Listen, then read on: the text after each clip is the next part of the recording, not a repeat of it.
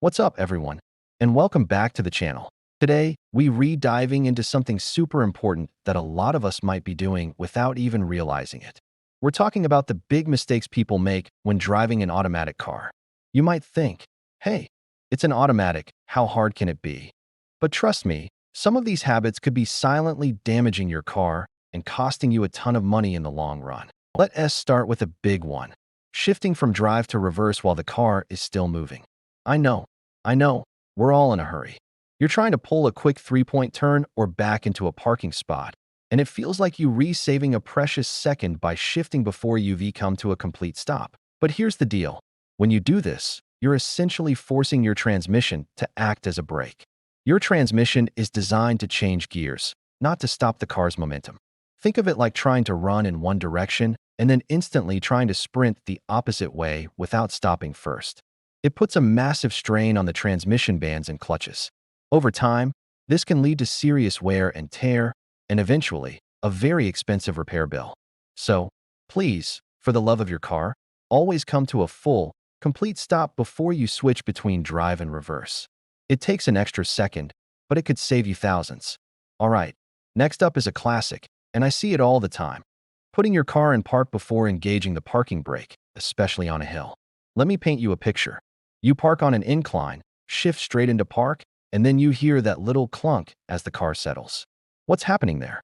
All the weight of your car is now resting on a tiny metal pin inside your transmission called the parking pawl. This little guy is only about the size of your finger, and it's not designed to hold a 2-ton vehicle on its own. It's a safety backup, not the main event. When you rely solely on the parking pawl, you're putting immense stress on it and the transmission. It can make it difficult to shift out of park later, and in a worst-case scenario, it could fail. The correct way to do it, every single time, is to first come to a complete stop. Then, with your foot still on the brake, engage the parking brake. You'll feel the car settle onto the brake. After that, you can safely shift into park. This way, the parking brake is doing the heavy lifting, just as it was designed to. Your transmission will thank you for it. Let's talk about traffic lights. Do you ever shift into neutral when you're stopped at a red light, thinking you're saving fuel or reducing wear on your transmission? It sounds logical, right? Less work for the engine. But with modern automatic transmissions, this is actually a myth and can do more harm than good. Your car's computer is incredibly smart. When you're stopped in drive with your foot on the brake, it knows what's up. It often disengages the torque converter slightly to reduce the load on the engine, so you're not really saving any significant amount of fuel. What you are doing by constantly shifting between drive and neutral is creating unnecessary wear and tear. Every time you shift, you're causing parts inside the transmission to engage and disengage. Doing this over and over again at every red light just accelerates that wear. It's much better to just keep your foot on the brake and stay in drive. The car is designed for it. Now for a habit that many of us are guilty of, especially on those cold winter mornings: launching your car right after starting it. You're late for work, you turn the key, throw it in drive, and peel out of the driveway. But hold on a second. When your car has been sitting, especially overnight, all the transmission fluid has settled at the bottom of the pan. This fluid is crucial for lubricating all the moving parts inside your transmission. It needs a moment to circulate properly and get everywhere it needs to be. When you take off immediately, you're forcing those components to work without proper lubrication, which causes friction and heat, two things that are enemies of your transmission. So what's the solution? Just give it a moment. You don't need to wait for 5 minutes, but 30 seconds to a minute after starting the engine is a great rule of thumb. This gives the fluid time to warm up and circulate, ensuring everything is properly protected before you put a load on it. Here's another one I see a lot: using neutral to coast down a hill. The thinking is usually to save gas. You're going downhill, gravity is doing the work, so why not just pop it in neutral and cruise? Well, this is not only a bad idea for your car, but it's also a serious safety hazard. When you're in neutral, you have less control over your vehicle. You can't accelerate quickly if you need to avoid an obstacle, and you're relying solely on your brakes to slow down. This can lead to your brakes overheating on a long, steep descent, a dangerous situation known as brake fade. When you keep the car in drive, you benefit from something called engine braking. The transmission and engine work together to help control your speed, taking some of the load off your brakes and giving you much better control. Modern cars are so efficient that they often cut fuel to the engine when you re-coasting downhill and drive anyway. So you're not even saving gas by shifting to neutral. Keep it in drive, stay safe, and stay in control. Let's discuss fuel levels.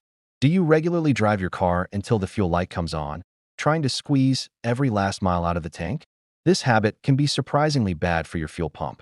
The fuel pump is located inside your gas tank, and it relies on the surrounding gasoline to help keep it cool. When you run the tank very low, the pump is exposed to air and can overheat. On top of that, any sediment or debris that has settled at the bottom of your tank over the years is more likely to get sucked into the fuel pump and the fuel filter when the level is low. This can clog the filter and cause the pump to work harder, leading to premature failure. A new fuel pump can be a costly repair. The best practice is to try and keep your tank at least a quarter full at all times. Think of it as a little buffer that keeps your fuel pump happy, cool, and clean. And finally, let's talk about something a lot of people just don't do: ignoring their transmission fluid. Your transmission fluid is the lifeblood of your automatic transmission. It cools, lubricates, and provides the hydraulic pressure needed to shift gears. Over time, this fluid breaks down, gets dirty, and loses its effectiveness. Yet, so many drivers never think to check it or change it.